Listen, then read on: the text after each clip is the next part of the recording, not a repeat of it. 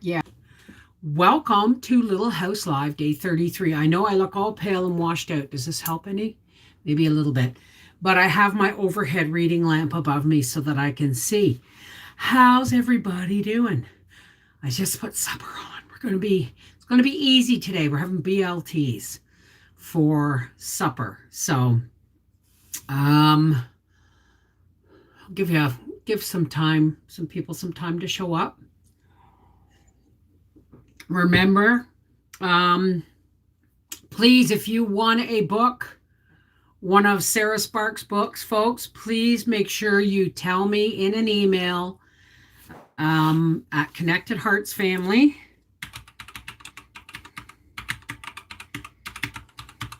Make sure I did that right.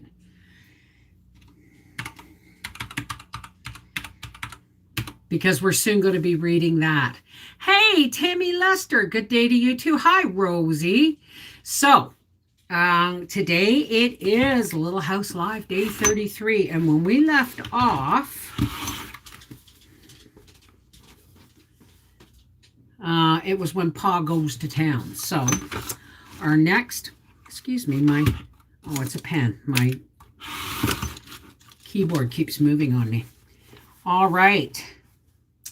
Chapter 18. Now remember, folks, if you're new here, this book, Little House on the Prairie, is almost complete fiction in the sense that when Laura was in Indian Territory with her parents, she was actually the baby. She was 18 months old. All right. So this book is based on snippets of memory and hearing her parents talk about it, right? Hey, Joseph Grant, just down the road from Laura's cabin. Oh, isn't that wonderful? All right, so chapter 18, The Tall Indian. Gracie, what do you want? Excuse me, folks, she's pacing. What? Oh my gosh. I'm sorry, folks. She seems to think that when I go on a live stream that she's got to get her snuggles in or something. My goodness. My goodness. You gonna say hi to everybody? Say hi, everybody. No, I'm not doing this right now, Gracie. I'm busy. You want a treat? Have a treat. Now go lay down. Go lay down. Sorry about that. I know. She's the baby, that's for sure. The princess. All right, chapter 18, The Tall Indian. Uh-oh, I've got my wrong glasses on. I have to wear my bifocals. All right. In those 3 days, the norther had howled and screeched across the prairie till it blew itself out. Now the sun was warm and the wind was mild, but there was a feeling of autumn in the air. Indians came riding along the path that passed so close to the house they went by as though it were not there. They were thin and brown and bare. They rode their little ponies without a saddle or bridle. They sat straight up on the naked ponies and did not look right or left. Their black eyes glittered. Laura and Mary backed against the house and looked up at them, and they saw red-brown skin bright against the blue sky, and the scalp locks wound with colored string and feathers quivering. The Indians' faces were like red-brown wood that Pa had carved to make a bracket for Ma. I thought that trail was an old one they didn't use anymore, Pa said. I wouldn't have built the house so close to it if I'd known it was a high road. Jack hated Indians. And Ma said she didn't blame him. She said, I declare Indians are getting so thick around here that I can't look up without seeing one. As she spoke, she looked up and there stood an Indian. He stood in the doorway looking at them, and they had not heard a sound. Goodness, Ma gasped. Silently, Jack jumped at the Indian. Pa caught him by the collar just in time. The Indian hadn't moved. He stood as still as if Jack hadn't been there at all. How? He said to Pa. Pa held on to Jack and replied, "How?" He dragged Jack to the bedpost and tied him there. And while he was doing it, the Indian came in and squatted down by the fire. Then Pa squatted down by the Indian, and they sat there, friendly but not saying a word, while Ma finished cooking dinner. Laura and Mary were close together and quiet on their bed in the corner. They couldn't take their eyes from that Indian. He was so still that the beautiful eagle feathers in his scalp lock didn't stir. Only his bare chest and the leanness under his ribs moved a little to his breathing. He wore fringed leather leggings, and his moccasins were covered with beads. Ma gave Pa and the Indian their dinners on 2 tin plates. Pie plates, maybe? And they ate silently. Then Pa gave the Indian some tobacco for his pipe. They filled their pipes and they lighted the tobacco with the coals from the fire, and they silently smoked until the pipes were empty. All this time, nobody had said anything, but now the Indian said something to Pa. Pa shook his head and said, "No speak." A while longer they sat silent. Then the Indian rose up and went away without a sound. "My goodness gracious," said Ma. Laura and Mary ran to the window. They saw the Indian straight back, riding away on a pony. He held a gun across his knees. Its ends stuck out on either side of him. Pa said that Indian was no common trash. He guessed by the scalp lock that he was an Osage. Is it Osage or Osage? Unless I missed my guess, Pa said. That was French he spoke. I wish I had picked up some of that lingo. Let the Indians keep themselves to themselves, said Ma, and we will do the same. I don't like Indians around underfoot. This is pretty much the book that got Laura Ingalls removed from the Childhood Literature Award thing because of the racist. But the truth is, this was common. This was normal back then. You can't erase history, right? Did I say it right, Osage? Osage?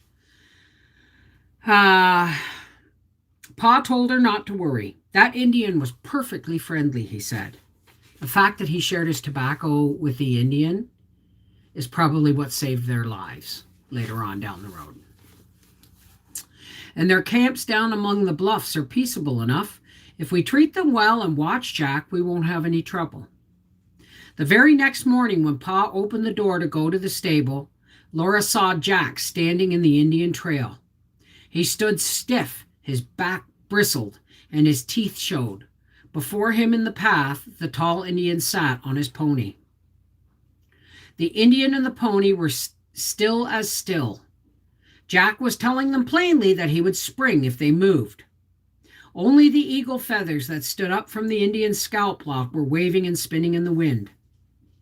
When the Indian saw Pa, he lifted his gun and pointed it straight at Jack. Laura ran to the door, but Pa was quicker. He stepped between Jack and that gun, and he reached down and grabbed Jack by the collar. He dragged Jack out of the Indian's way, and the Indian rode on along the trail. Pa stood with his feet wide apart, his hands in his pockets, and watched the Indian riding farther and farther away across the prairie. That was a darn close call, Pa said. Well, it's his path, an Indian trail long before we came. He drove an iron ring into a log of the house wall, and he chained Jack to it. After that, Jack was always chained. He was chained to the house in the daytime, and at night he was chained to the stable door, because horse thieves were in the country now. They had stolen Mr. Edwards' horses. Jack grew crosser and crosser because he was chained, but it could not be helped. He would not admit that the trail was the Indians' trail. He thought it belonged to Pa, and Laura knew that something terrible would happen if Jack hurt an Indian. Winter was coming now.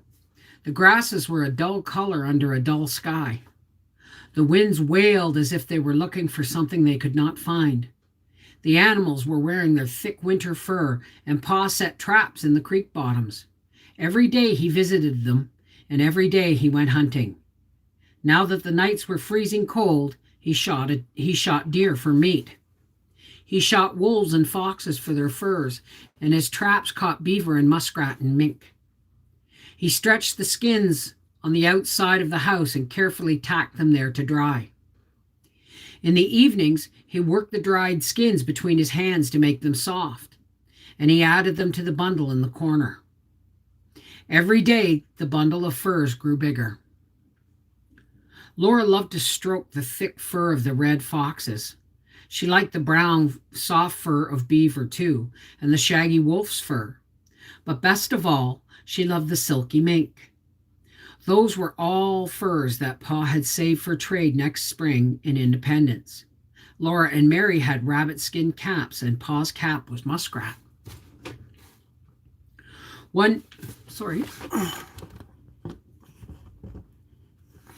Sorry about that.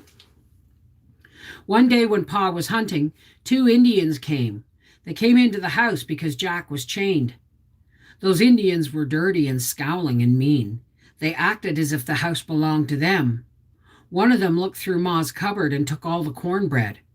The other took Pa's tobacco pouch. They looked at the pegs where Pa's gun belonged. Then one of them picked up the bundle of furs. Ma held baby... Oh, I should show you the picture, right?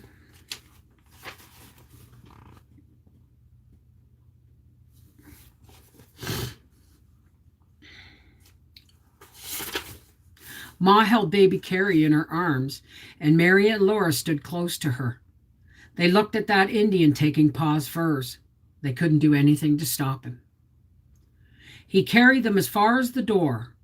Then the other Indian said something to him.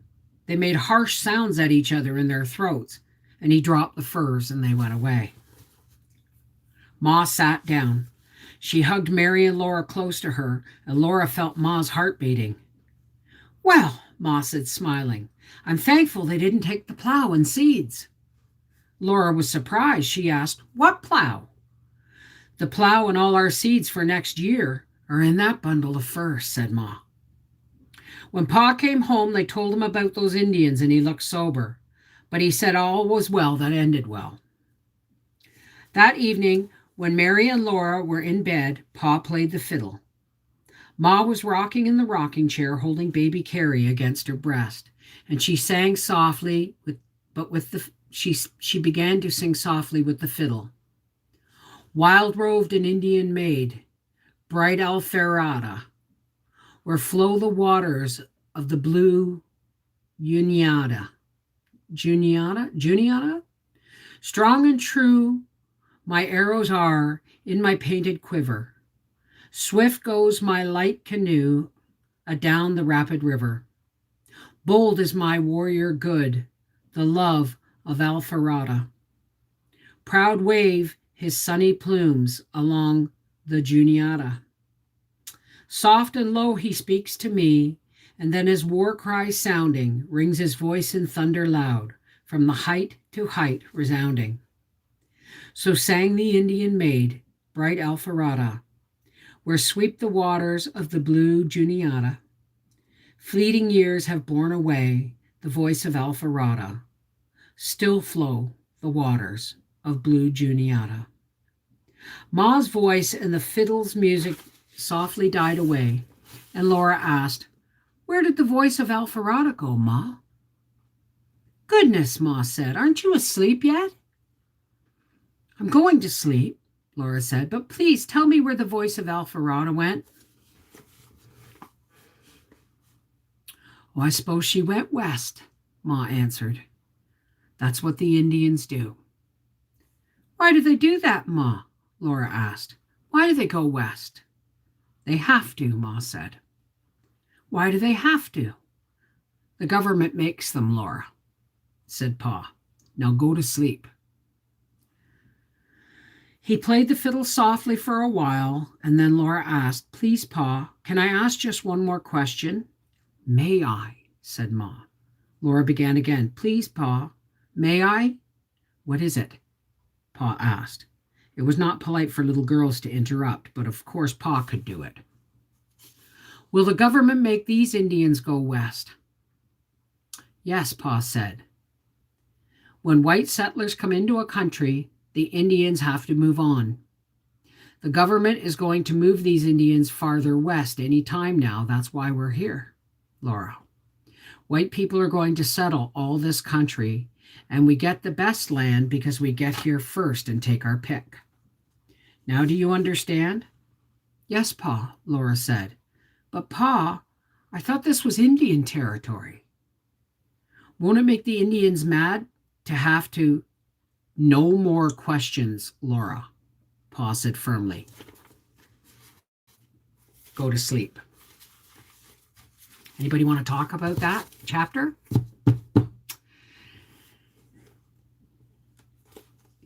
It's a hard, brutal piece of history. That Trail of Tears, the Cherokee Trail of Tears.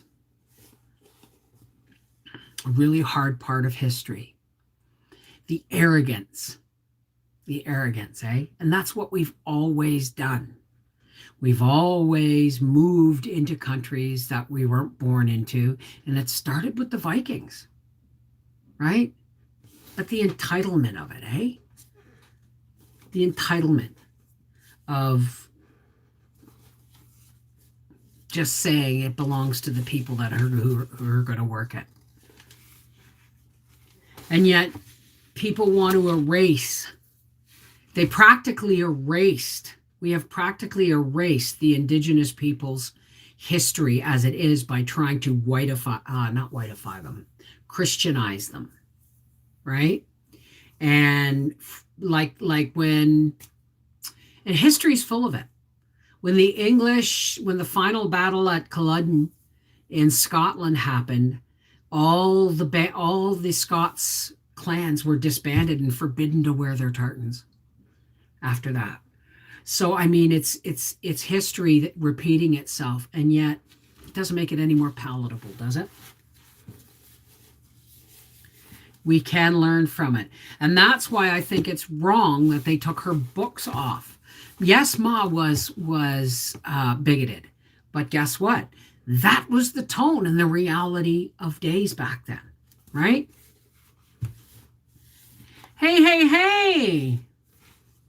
Yeah, it is. It is terrible and sad, but guess what? Let me just pop out. Well, nobody's talking, so let's lighten up a bit, shall we? Shall we go on to Mr. Edwards Meets Santa Claus? Mr. Edwards Meets Santa Claus, Chapter 19.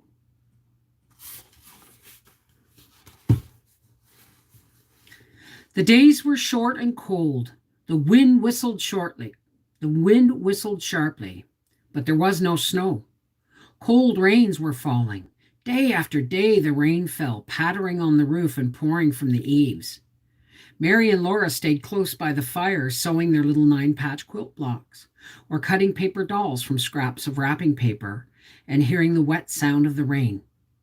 Every night was so cold that they expected to see snow the next morning, but in the morning they saw only sad, wet grass. They pressed their noses against the squares of glass in the windows that Pa had made, and they were glad they could see out, but they wished they could see snow. Laura was anxious because Christmas was near and Santa Claus and his reindeer could not travel without snow. Mary was afraid that even if it snowed, Santa Claus would not find them so far away in Indian territory. When they asked Ma about this, she said she didn't know. "What day is it?" they asked her anxiously. "How many more days till Christmas?" Some things never change, eh? And they counted off the days on their fingers till there was only one more day left. Rain was still falling that morning. There was not one crack in the gray sky. They felt almost sure there would be no Christmas. Still, they kept hoping. Just before noon, the light changed. The clouds broke and drifted apart, shining white in a clear blue sky. The sun shone, birds sang, and thousands of drops of water sparkled on the grasses. But when Ma opened the door to let in the fresh, cold air, they heard the creek roaring. They had not thought about the creek. Now they knew they would have no Christmas because Santa Claus could not cross that roaring creek. Pa came in bringing a big fat turkey. If it weighed less than 20 pounds, he said, he'd eat it, feathers and all. He asked Laura, "How's that for Christmas dinner? Think you can manage one of those drumsticks?" She said yes, she could, but she was sober. Then Mary asked him if the creek was going down, and he said it was still rising. Ma said it was too bad. She hated to think of Mr. Edwards eating his bachelor cooking all alone on Christmas Day. Mr. Edwards had been asked to eat Christmas dinner with them, but Pa shook his head and said a man would risk his neck trying to cross that creek now. "No," he said, "that current's too strong. We'll just have to make up our minds that Edwards won't be here tomorrow." Of course, that meant that Santa Claus could not come either. Laura and Mary tried not to mind too much. They watched Ma dress the wild turkey, and it was a very fat turkey. They were lucky little girls to have a good house to live in and a warm fire to sit by, and such a turkey for their Christmas dinner. Ma said so, and it was true. Ma said it was too bad that Santa Claus couldn't come this year, but they were such good girls that he hadn't forgotten them. He would surely come next year. Still, they were not happy. After supper that night, they washed their hands and faces, buttoned their red flannel nightgowns, and tied their nightcap strings, and soberly said their prayers. They lay down in bed and pulled the covers up. It did not seem at all like Christmas time. Pa and Ma sat silent by the fire. After a while, Ma asked why Pa didn't play the fiddle, and he said, "I just don't seem to have the heart to, Caroline." After a longer while, Ma suddenly stood up. "I'm going to hang up your stockings, girls," she said. "Maybe something will happen." Laura's heart jumped, but then she thought again of the creek, and she knew nothing could happen. Ma took one of Mary's clean stockings and one of Laura's, and she hung them from the mantel shelf on either side of the fireplace. Laura and Mary watched over the edge of their bed covers. "Now go to sleep," Ma said, kissing them good night. "Morning will come quicker if you're asleep." She sat down again by the fire, and Laura almost went to sleep. She woke up a little when she heard Pa say, "You've only made it worse, Caroline." And she thought she heard Ma say, "No, Charles, there's the white sugar." But perhaps she was dreaming. Then she heard Jack growl savagely. The door latch rattled, and someone said, "Ingalls! Ingalls!" Pa was stirring up the fire, and when he opened the door, Laura saw that it was morning. The outdoors was gray. "Great fish hooks, Edwards! Come in, man! What's happened?" Pa exclaimed. Laura saw the stockings limply hanging, limply dangling, and she scrooged her eyes shut into the pillow. She heard Pa piling wood on the fire, and she heard Mr. Edwards say that he had carried his clothes on his head when he swam the creek. His teeth rattled and his voice shivered. He would be all right, he said, as soon as he got warm. "It was too big of a risk, Edwards," Pa said. "We're glad you're here, but that was too big of a risk for a Christmas dinner." Sorry, I thought that was Ma. "We're glad you're here, but that was too big of a risk for a Christmas dinner." "Your little ones had to have Christmas," Mr. Edwards replied. "No creek could stop me after I fetched them their gifts from Independence." Laura sat up in bed. "Did you see Santa Claus?" "I sure did," Mr. Edwards said. "Where? When? What did he look like? What did he say? Did he really give you something for us?" Mary and Laura cried. Wait a minute, Mr. Edwards laughed, and Ma said she would put the presents in the stockings as Santa Claus intended. She said they mustn't look. Mr. Edwards came and sat on the floor by their bed, and he answered every question they asked him. They honestly tried not to look at Ma, and they didn't quite see what she was doing. When he saw the creek rising, Mr. Edwards said he had known that Santa Claus could not get across it. "But you crossed it," said Laura. "Yes," Mr. Edwards replied, "but Santa Claus is too old and fat. He couldn't make it, where a long, lean razorback like me could do so. And so Mr. Edwards reasoned that if Santa Claus couldn't cross the creek, likely he could come no farther south than Independence. Why should he come 40 miles across the prairie only to be turned back? Of course he wouldn't do that. So Mr. Edwards had walked to Independence. In the rain? Mary asked. Mr. Edwards said he wore his rubber coat. And there, coming down the street in Independence, he met Santa Claus. In the daytime? Laura asked. She hadn't thought that anyone could see Santa Claus in the daytime. No, Mr. Edwards said. It was night, but lights shone out from across the street from the saloons. Well, the first thing Santa Claus said was, "Hello, Edwards." Did he know you? Mary asked, and Laura asked, how did he know you? How did you know he was really Santa Claus? Mr. Edwards said that Santa Claus knew everybody, and that he recognized Santa at once by his whiskers. Santa had the longest, thickest, whitest set of whiskers west of the Mississippi. So Santa Claus said, "Hello, Edwards. Last time I saw you, you were sleeping on a corn shuck bed in Tennessee." And Mr. Edwards well remembered the little pair of red yarn mittens that Santa Claus had left for him that time. Then Santa Claus said, let's have a look here.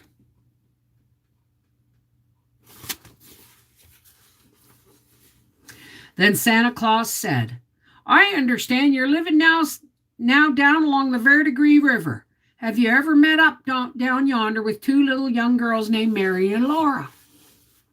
"I surely am acquainted with them," Mr. Edwards replied.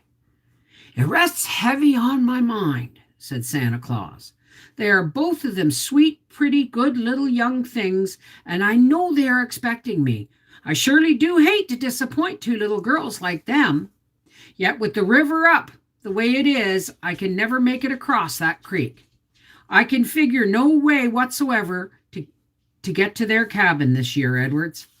Santa Claus said, "Would you do me the favor to fetch them their gifts this one time?"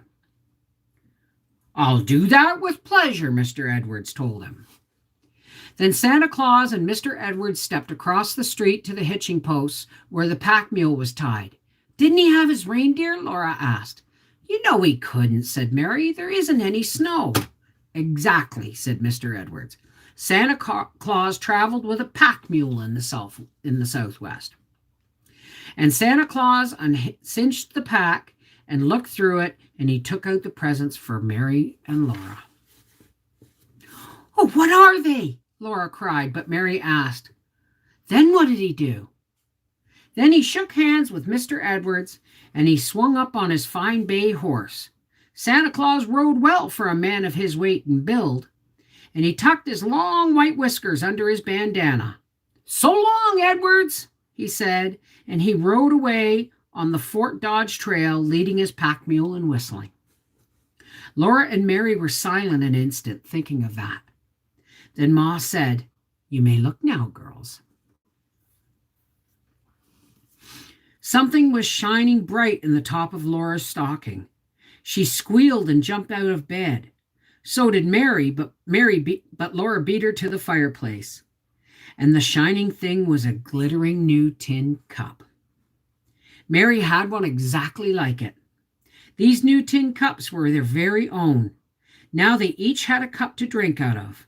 Laura jumped up and down and shouted and laughed. But Mary stood still and looked with shining eyes at her own tin cup.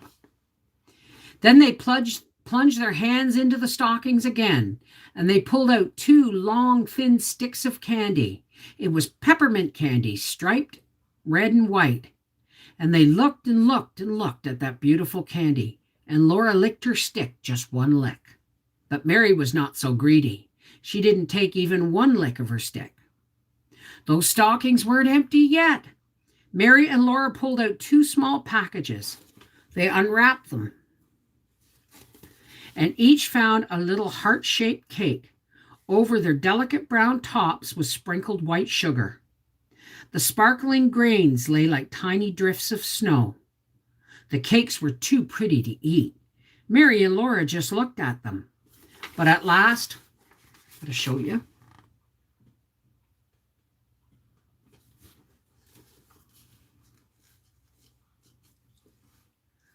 Where was I? The cakes were too pretty to eat. Mary and Laura just looked at them.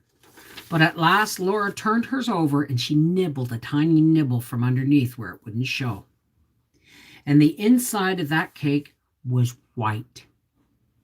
It had been made of pure white flour and sweetened with white sugar. Laura and Mary would never have looked in their stockings again. The cups and the cakes and the candy were almost too much. They were too happy to speak, but Ma asked if they were sure the stockings were empty.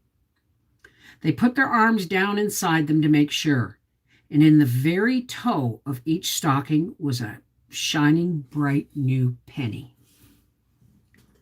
We don't have pennies anymore in Canada. Well, I have some, but they're not legal tender here anymore. They had never thought of such a thing as having a penny. Think of having a whole penny for your very own. Think of having a cup and a cake and a stick of candy and a penny. Of course, right away, Laura and Mary should have thanked Mr. Edwards for bringing those lovely presents all the way from Independence, but they had forgotten all about Mr. Edwards. They had even forgotten Santa Claus. In a minute, they would have remembered, but before they did, Ma said gently, "Aren't you going to thank Mr. Edwards?" "Oh, thank you, Mr. Edwards, thank you," they said, and they meant it with all their hearts. Pa shook Edwards' hand, too, and shook it again. Pa and Ma and Mr. Edwards acted as if they were almost crying. Laura didn't know why, so she gazed again at her beautiful presents. She looked up again when Ma gasped, and Mr. Edwards was taking sweet potatoes out of his pockets. He said they had helped to balance the package on his head when he swam across the creek. He thought Ma and Pa might like them with the Christmas turkey. There were 9 sweet potatoes. Mr. Edwards had brought them all the way from town, too. It was just too much. Pa said so. "It's too much, Edwards," he said. They never could thank him enough. Mary and Laura were too much excited to eat breakfast. They drank the milk from their shining new cups, but they could not swallow the rabbit stew and the cornmeal mush. "Don't make them, Charles," Ma said. "It will soon be dinner time." For Christmas dinner, there was the tender, juicy roasted turkey. There were the sweet potatoes baked in the ashes and carefully wiped so that you could eat the good skins too. There was a loaf of salt-rising bread made from the last of the white flour. And after all that, there were stewed dried blackberries and little cakes. But these little cakes were made with brown sugar, and they did not have white sugar sprinkled over their tops. Then Pa and Ma and Mr. Edwards sat by the fire and talked about Christmas times back in Tennessee and up north in the big woods. But Mary and Laura looked at their beautiful cakes and played with their pennies and drank water out of their new cups. And little by little, they licked and sucked their sticks of candy till each stick was sharp pointed on one end. That was a happy Christmas. I remember when I was a kid, there was 5 kids in my family between the ages of 6 months old to 14, right? And my parents were my dad was a blue-collar worker in the industrial district of Toronto, but Christmas was still a big deal. You know why? Because when you have 5 kids, and if they get 2 presents each under the tree, that's a lot of gifts, right? But my parents would take Santa, when I was a kid, filled a nylon stocking, not a pantyhose, a nylon stocking. And it had a delicious apple and a tangerine and nuts in the shell and a handful of candy and a box of, I think they were called tidbits, little cheese bites, or animal crackers, and there would be some kind of small present, like a puppet or a slinky or something. And the rule was, because we woke up with that stocking stretched out beside us, and it looked huge, right? There was a lot of stuff in that stocking. Most of it was nutritious, except for the candy, and you know what I mean. And the rule was, we could play with our stockings, open our stockings, but we didn't open any presents till after breakfast. My mom made sure we ate breakfast. Oh, Doris, it's been crazy there, has it? How you doing, sweetheart? That's sad. Well, what do they at the store when the bill was 1 at the end of... That's sad. Well, what do they at the store? Oh, they just round it down. Like if it's $1.51, then they round it down to $1.50. If it's $1.53, they round it up to $1.55. It's just, but most people are paying with plastic now. Debit, debit, debit, right? Anyway, I have started supper. We're having BLTs tonight, so I've been slow cooking the bacon while I've been reading. So I gotta go. And guess what? We're getting really close to the end of Little House on the Prairie. And don't forget, guys, if anybody has won a book from Sarah, Grandy's Gift, please email me at connectedheartsfamily@gmail.com and let me know when you've got it, because once they've all arrived at their new homes, then I will start doing Grandy's Gift. All right? Take care. God bless. I got 5 more chapters of Anne of Windy Poplars to read, to edit. And then there's the final year, which is another 13 chapters. And then we're on to Anne's House of Dreams. All right. Thanks for joining me. Take care. God bless. Mwah! Love you guys. And don't forget, on our half acre homestead, tomorrow's a live stream. All right. 4 o'clock. See you then.